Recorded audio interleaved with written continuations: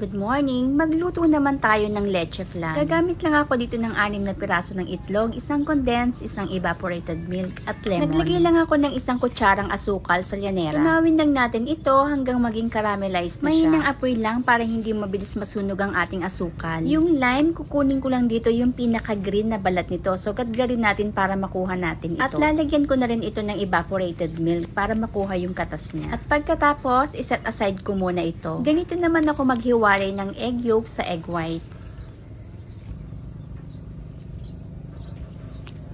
At pag nahiwalay ko na lahat, hahaluin ko lang ito at maglalagay na rin ako dito ng condensed milk. Haluin lang natin ito ng haluin at pagkatapos ilalagay ko naman ngayon yung katas ng lime. Gamit lang tayo dito ng strainer para hindi na sumama yung mga balat niya. Haluin lang ulit natin ito at pagkatapos naman ilalagay ko na yung evaporated milk. Dahan-dahan lang din sa paghalo para hindi maraming bubbles. Hindi na ako nagdadagdag ng asukal dito dahil tama na sa akin ang tamis nito. Pero kung matabang sa inyong panlasa, pwede tayong magdagdag ng asukal. Pagkatapos nating haluin, salain lang natin ito para maalis yung ibang mga buo-buo. At isalin na natin ito sa ating mga llanera.